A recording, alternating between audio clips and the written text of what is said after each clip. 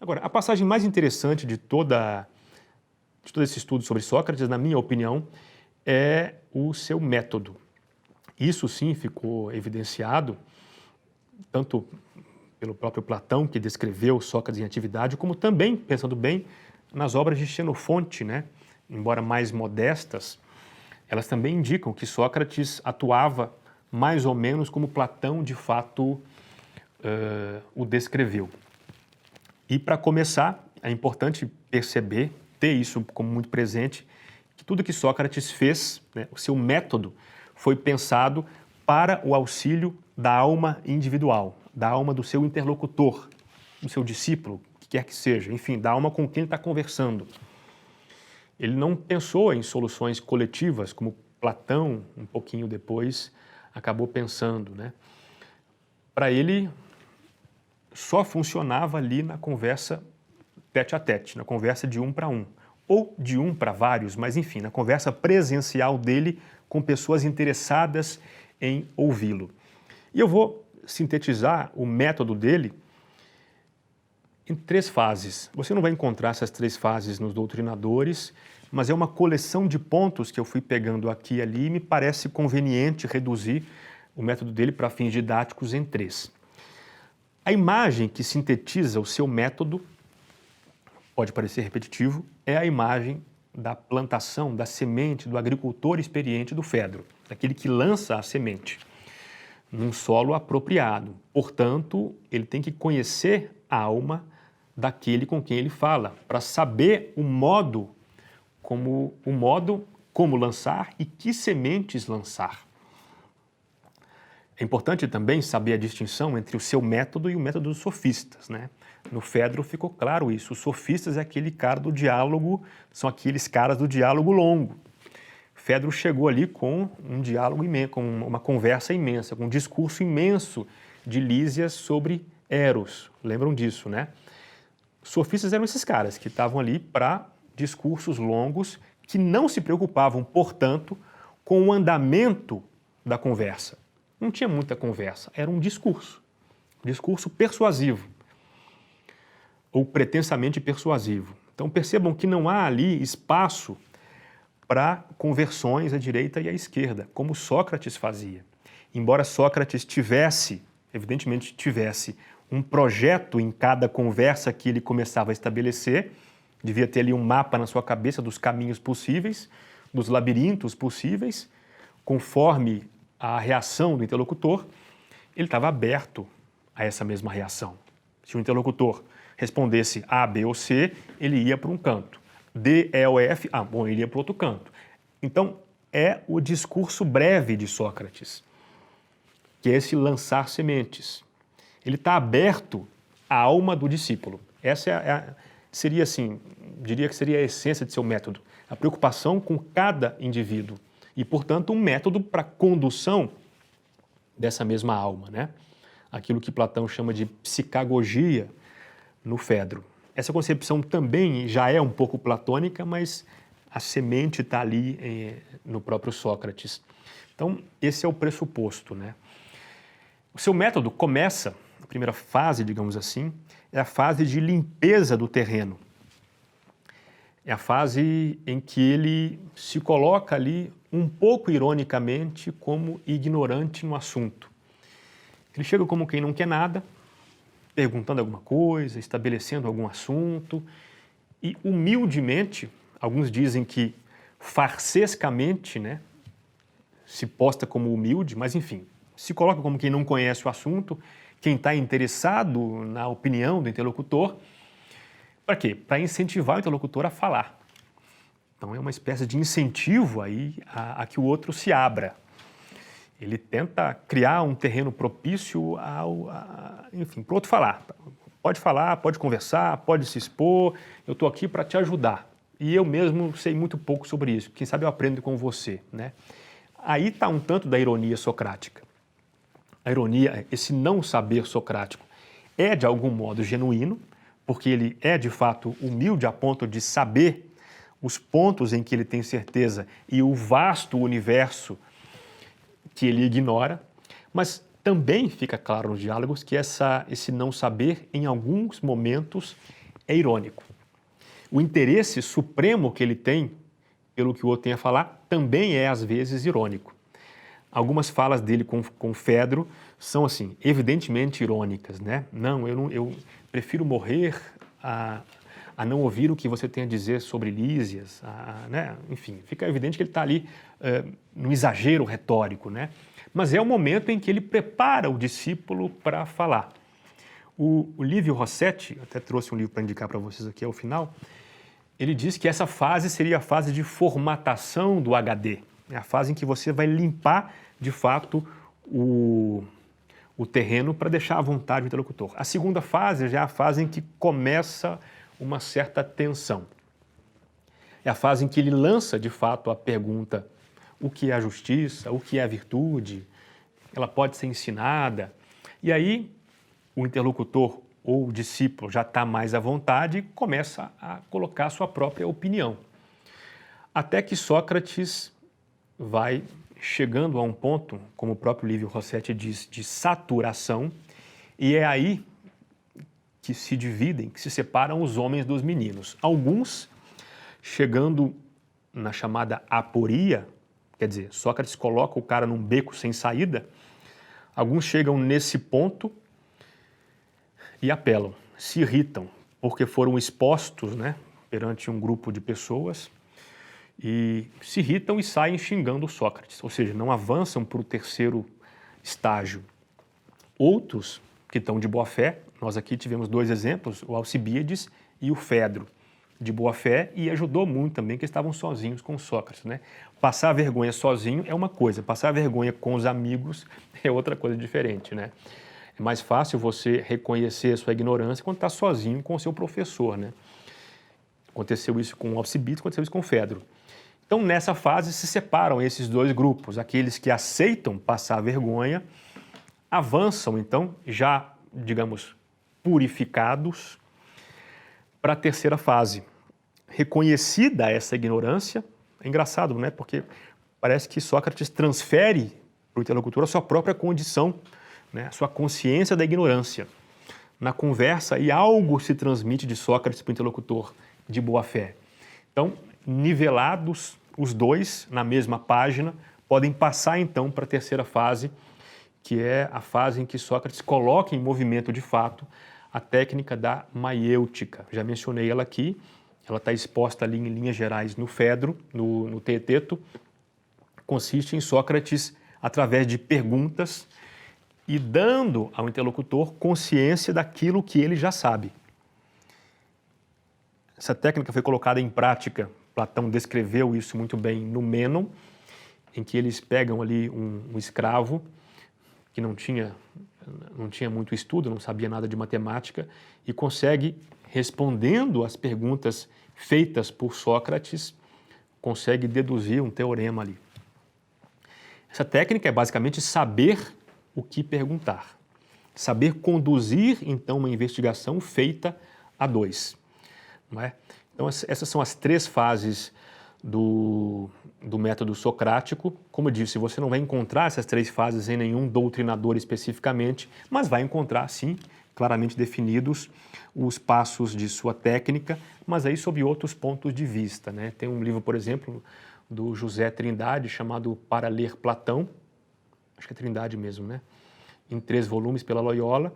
Ali, no volume 1, ele exaustivamente descreve a técnica do elencos, a refutação, ali vai pegando linha por linha, né? Mas eu acho que para a introdução, essas 3 fases, elas explicam bem aí de que se trata. É receber o interlocutor, tentar limpar o terreno, levar ele para uma fase de teste, se ele está disposto mesmo a saber, disposto a reconhecer sua ignorância, e por fim, passado esse teste, né, se a pessoa não sair com raiva, ele então investe suas melhores fichas na maiêutica, que é extrair então do interlocutor aquilo que ele já sabe. Como eu disse no começo, nossa perspectiva aqui, ela acabou sendo limitada pela visão de Platão. O nosso Sócrates aqui é o Sócrates platônico. Alguns podem nos acusar de não questionar esse Sócrates de Platão já que é uma descrição, um testemunho muito parcial. Na área da justiça, né, eu trabalho na área da justiça, a gente tem muita preocupação com a testemunha que é parcial. Tanto que, por exemplo, a mãe, o pai, a mulher do réu, da vítima, não são testemunhas juramentadas. Elas são ouvidas pelo juiz na condição de informante, ou seja, a sua palavra tem valor, tem, mas deve ser vista com alguma ressalva, porque a tendência é aquele que ama o réu, o pai do réu, mesmo que seja um senhor veraz, sincero, honesto, é claro que ele tende a contar uma história benéfica a seu filho, não é?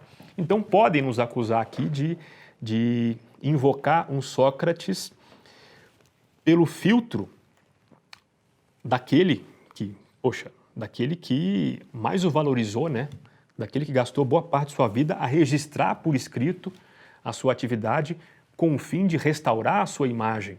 Então, se o fim de Platão era restaurar a imagem de Sócrates, a gente pode lançar uma desconfiança aí, é prudente lançar desconfiança se de fato ele descreveu o Sócrates histórico. Isso, como eu disse no começo, também não é um problema grave. Por quê? Porque o nosso foco aqui não é propriamente no Sócrates histórico, mas é no nascimento da filosofia. E aí, imagine só. Vou dar um exemplo que vai tornar isso mais claro. Imagine que você tem um amigo que não está passando por uma fase muito boa, está desempregado, ele quer se casar, mas não encontra a mulher adequada para ele, está na pior. E de repente ele chega com a notícia de que ele encontrou uma mulher. Estou namorando. E o cara começa a mudar de vida, arruma emprego, e daí a 6 meses ele anuncia que vai ficar noivo e te convida para o evento. E você então ouviu sobre essa mulher durante muito tempo e evidentemente formou na sua cabeça uma imagem sobre essa pessoa. E de repente você vai ao noivado dele e conhece pessoalmente a figura. E é natural, acontece isso, você compara a sua imagem interna que você fez da pessoa sem conhecê-la, pelo testemunho do seu amigo, e você vê que não é exatamente aquela pessoa que você está conhecendo ali. Então, são duas imagens diferentes, aquela que você ouviu por testemunho do seu amigo e aquela que você forma no contato com a pessoa. Agora, a questão é a seguinte, acho que está claro, né? O seu amigo aí representa Platão, né? E a mulher representa Sócrates. Se nosso interesse é investigar como a filosofia nasceu e se ela nasceu na relação, no impacto de Sócrates sobre Platão, essa é uma tese que pode ser refutada, pode ser estudada, mas eu estou colocando ela aqui, né? Bom, então nos importa sobretudo saber, né? Pensem no amigo, saber qual é a imagem dessa mulher que está na alma do seu amigo. Porque foi essa imagem que insuflou vida nele. Não é aquela mulher que você conheceu, a noiva que você conheceu naquela noite no noivado, que impactou propriamente ele. É a noiva que ele tem dentro dele. É o impacto que ela fez dentro, que ela causou dentro dele. Então, se fosse preciso investigar as razões desse ânimo, dessa nova vida, dessa ressurreição do amigo, você tem que consultar o testemunho dele. E não investigar a idade da moça, profissão, né, altura, que hora que acorda. Não é isso, não se trata disso. Né? Não é a moça histórica que impactou seu amigo, e sim aquela que ele sabe relatar. Eu digo isso para dizer, para estabelecer então, como justificativa, que esse Sócrates de Platão é o Sócrates que nos interessa aqui na pesquisa do início da filosofia, porque foi nesse impacto de Sócrates em Platão que ela começou de fato, né? Ela começou, foi exatamente aí. Mas também é interessante buscar um contraponto. Contraponto na vida intelectual é sempre interessante, porque ele no mínimo estimula você a reforçar as suas próprias teses, né? Ou até mesmo, se for o caso, a refutá-las parcialmente e modificá-las. É preciso estar aberto a isso. Então, que nossa eventual paixão por Platão e Sócrates não nos impeça de questionar eventuais buracos que haja aí nas suas concepções, no seu método, nas suas doutrinas, enfim, né? A vida intelectual está aí para isso. A cada ponto avançamos um pouquinho no conhecimento, resgatando a tradição e colocando um tijolo a mais nessa grande construção intelectual. E eu acho que eu trouxe aqui 2 exemplos interessantes de contraponto. Um deles, o mais famoso contraponto a Sócrates até hoje, é Nietzsche, né? No seu livro O Crepúsculo dos Ídolos, eu tenho aqui uma edição antiga, nem sei se é uma edição altamente recomendável, da editora Emos, um capítulo aqui chamado O Problema de Sócrates, em que Nietzsche ele coloca aqui, né, linhas muito duras a respeito da Sócrates e de Platão também, né, mas é Sócrates quem é o maior alvo dele aqui. Ele diz, por exemplo, aqui, vou ler uns trechozinhos interessantes aqui, vou ler 2 trechos aqui. Diz, por exemplo, no ponto 2 aqui desse capítulo, ele reconhece que ele é irreverente, né? Essa irreverência de considerar os grandes sábios como tipos de decadência, como ele faz com Sócrates, nasce em mim precisamente num caso em que o preconceito letrado e iletrado se opõem com maior força. Reconheci em Sócrates e em Platão sintomas de decadência, instrumentos da decomposição grega. Esse consenso entre os sábios, né, sempre o compreendi claramente, não prova de maneira alguma que os sábios tivessem razão naquilo em que concordavam. Prova disso, esse consenso, né, prova sim que esses sábios, entre os sábios, mantinham entre si algum acordo fisiológico, como que uma cumplicidade, né? Para assumirem diante da vida essa mesma atitude negativa. Ele diz aqui, no trecho 5, sobre a dialética, que ela é o recurso dos fracassados. Ele diz que, naquela época, os pais, quando viam os filhos começar a falar dialeticamente, a falar com as mãos, já reprimiam, porque era um negócio assim que não era recomendável, né? É o recurso dos fracassados. Quando eu vejo, ele diz aqui, ó, logo no comecinho, com Sócrates, o gosto grego se altera em favor da dialética. Na realidade, o que se passou? Acima de tudo, trata-se de um gosto refinado que foi derrotado. Com a dialética, a ralé chega ao alto. Quando eu leio Nietzsche, essa raiva dele que aflora em cada linha dele, né, muitos textos dele são assim, se você vê a bile saindo das folhas, eu me lembro de uma passagem de um livro do Mário Vargas Llosa, em que ele está comentando o Madame Bovary, do Flaubert, né, o livro chama Orgia Perpétua, e ele fala que, ele nos confidencia que em uma época da vida ele teve ideias suicidas, ele, Mário Vargas Llosa, né, o escritor peruano.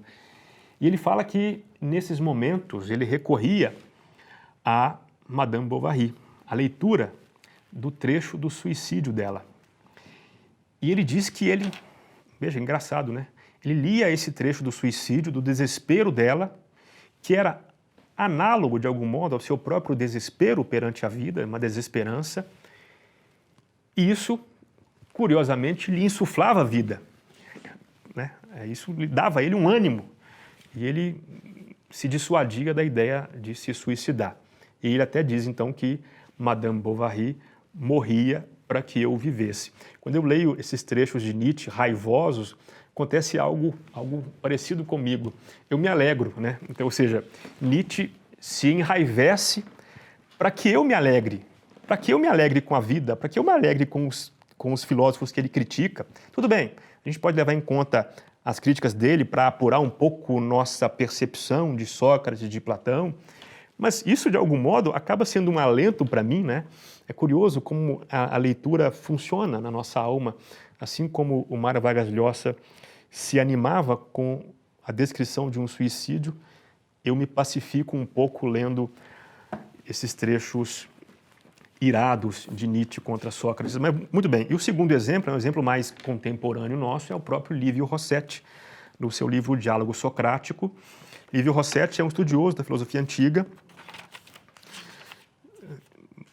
focado também em Sócrates, né?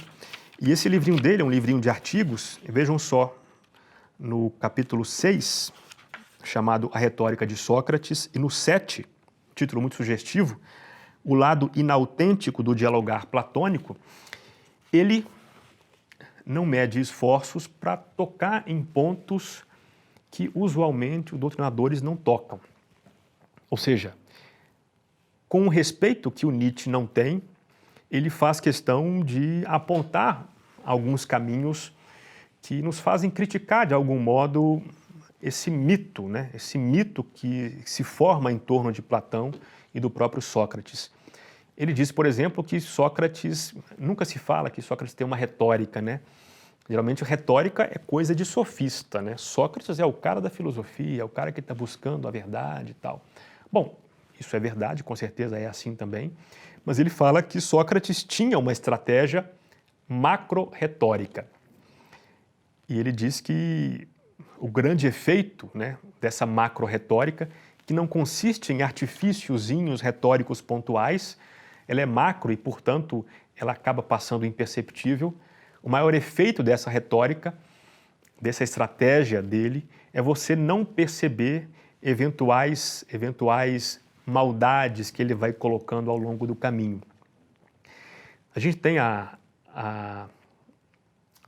tendência, eu mesmo me pego, vira e mexe com essa tendência, né, de desculpar algumas escorregadas que aparentemente Sócrates dá no diálogo que Platão descreve. A gente até acha que Platão faz de propósito, claro, né, para mostrar também alguns furos. Platão critica, por algum personagem da República, esse método de Sócrates de nunca chegar a lugar nenhum, ficar ali sempre em busca e nunca concluir nada, né? Parece uma espécie de irritação também com esse negócio que não termina. Mas, enfim, o que importa aqui é que, segundo Livio Rossetti, existe uma estratégia aí, não vou dizer desonesta, porque seria muito, não acho que seja isso, mas existe um subterfúgio aí. Existe o que no direito se chama de dolo bonus. O dolo é a atuação de alguém para induzir em erro uma outra pessoa. Então você está vendendo gato por lebre. O dolo bonus dos romanos é aquele artifício que é tolerado, não é? É você vender o seu carro usado e elogiar o carro assim como se fosse assim, a grande aquisição do comprador, né? Elogiar e, enfim, fazer exageros em torno do produto. Esse é o dolo bonus. É aquela estratégia de venda de um produto que quem está comprando até sabe que está, bom, eu sei que não é bem assim, mas tudo bem, vamos embora, né? Vou comprar. Por quê? Porque não é um negócio de má fé. Se espera que o vendedor elogie o seu produto. Então, talvez esse artifício, esse subterfúgio de Sócrates se encaixe aí nesse dolo bônus, né, dos romanos. Mas o que o Rossetti chama de lado inautêntico do dialogar de Platão? Aí passa um pouco por esse artifício, esses subterfúgios, mas o efeito disso, segundo Livio Rossetti, é um pouco entorpecedor. E esse é um problema, né? A gente pode, claro, ler Platão, abusando da suspensão da descrença, ler o diálogo inteiro sem criticar, tentando ali assumir para si as teses de Sócrates, do interlocutor, entrando de fato como se fosse uma peça de teatro. Beleza, isso é muito bom. Mas o que ele está dizendo é que Platão usa alguns artifícios que entorpecem a mente do leitor e, na verdade, não se trata de um romance. Então, o leitor está entrando ali, confiando plenamente na pena de Platão, quando, pela suspeita do Livio Rossetti, Platão não está completamente de boa fé em todos os pontos, porque ele visa algo bom para o leitor, mas ali no varejo ele coloca alguns artifícios que talvez não fossem completamente honestos, né? É como conduzir uma criança, educar uma criança e às vezes precisar contar uma mentirinha ou outra para poupá-la de um sofrimento desnecessário ou até mesmo para conduzir a criança por um caminho bom, mas que se você for explicar aquele assunto, ela não vai entender. Talvez seja um pouco por aí, né? Tentando desculpar um pouquinho essa suposta má-fé de Platão. A estratégia seria, então, esses caminhos que ele vai traçando para o leitor, quando, se fosse completamente honesto, talvez precisasse, como ele próprio disse, estar na presença do leitor para conduzi-lo individualmente a um caminho puramente de boa-fé, né? Talvez a gente possa pensar um pouco nesses pontos a indicar, não digo uma cautela, porque eu leio Platão sem nenhuma preocupação com esse tipo de cautela, mas para entender, né? Para entender não só Platão, mas outros autores também que colocam ali, aqui ou ali, algumas minas nesse campo, né? E aí, para concluir esse nosso encontro, a gente pode começar a pensar um pouquinho sobre como Platão desenvolveu, então, isso que recebeu de Sócrates. Eu serei breve nesse trecho, indicando basicamente que o começo da filosofia platônica veio de Sócrates, o impacto, né, ele próprio diz na Carta Sétima, o impacto que o fez começar a se importar com a filosofia, já que ele estava destinado à vida política, foi a condenação de Sócrates, foi a frustração que ele manifestou recorrentemente, por pelo menos 2 vezes, com injustiças de que Sócrates foi vítima por variados grupos políticos, não só os opositores do seu próprio grupo político, dos seus parentes, de Crítias e de Alcibíades e tal. Então essa frustração o levou, ele diz lá, a se insinuar para a filosofia, né? Então o começo aí está em Sócrates e o fim também está em Sócrates. Como eu disse aqui, a pretensão dele era justamente criar um ambiente político em que pessoas como Sócrates pudessem ser, no mínimo, toleradas, mas pudessem ser reconhecidas, de fato, por seu valor. Platão também, claro, assimilou o método de Sócrates, desenvolveu ele muitíssimo, com certeza, mas a ideia da atenção da dialética com o indivíduo está ali também em Platão, de algum modo, embora Platão vá muito mais longe nisso. Foi no contato com Sócrates que ele começou a perceber a importância do contato pessoal. Tanto que, no Fedro e na Carta Sétima, ele deixa claro que a parte mais importante da filosofia dele nunca seria escrita, porque exigiria para a transmissão o contato pessoal com o aluno. Ele dizia que o escrito não pode se defender. Só o professor, na verdade só o filósofo, é quem pode transmitir essa doutrina e só pode fazê-lo oralmente, prestando atenção, como Sócrates prestava, em cada detalhe dessa conversa que pode se mostrar muito longa. Também na Carta Sétima ele tem um trecho interessantíssimo em que ele fala do longo convívio entre professor e aluno, entre colegas de investigação, e é nesse longo convívio, demorado convívio, é que a faísca da filosofia acaba surgindo, né? A Carta Sétima é interessantíssima, é uma carta que é um pouco longa, tem o chamado discurso filosófico, é a essência dela, ele fala da prova que ele aplicava aos candidatos a aluno e fala dessa faísca que surge na mente do discípulo com o longo convívio. Isso aí não tem dúvida, isso aí é puramente socrático na concepção pedagógica de Platão. Talvez Platão, a matéria que ele tratou, deva muito pouco a Sócrates. Sócrates disse que se frustrou com as pesquisas dos cientistas da época, dos físicos, dos biólogos da época, né?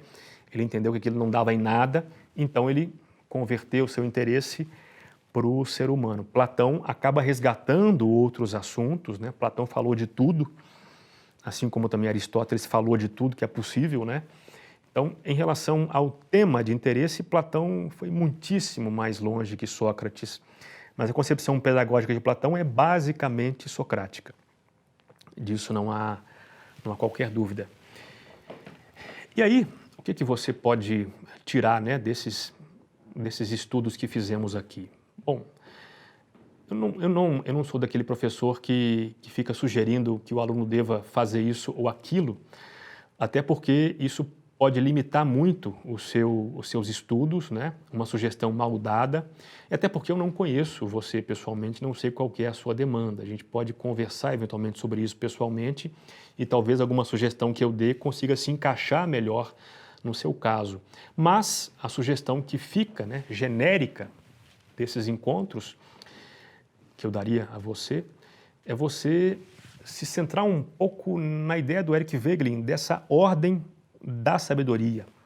O que significa isso? De que modo Sócrates criou esse negócio na alma dele? Porque foi ele quem desenvolveu isso, né?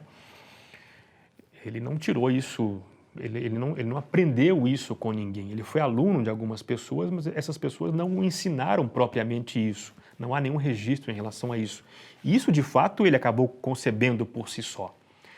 Diante da bagunça reinante no seu entorno, ele conseguiu uma espécie de recolhimento, talvez ouvindo a voz do seu daimon, né? Conseguiu ali, de algum modo, conceber essa ordem dentro dele. E nós, que lemos Platão, que temos acesso, como disse, indireto a essa ordem da alma de Sócrates, somos convidados também a analisar um pouco o nosso ambiente, o ambiente familiar, o ambiente profissional, o ambiente nacional, está um pouco bagunçado, né? E se perguntar se não é possível criar uma ordem dentro de nós mesmos, através do estudo, né?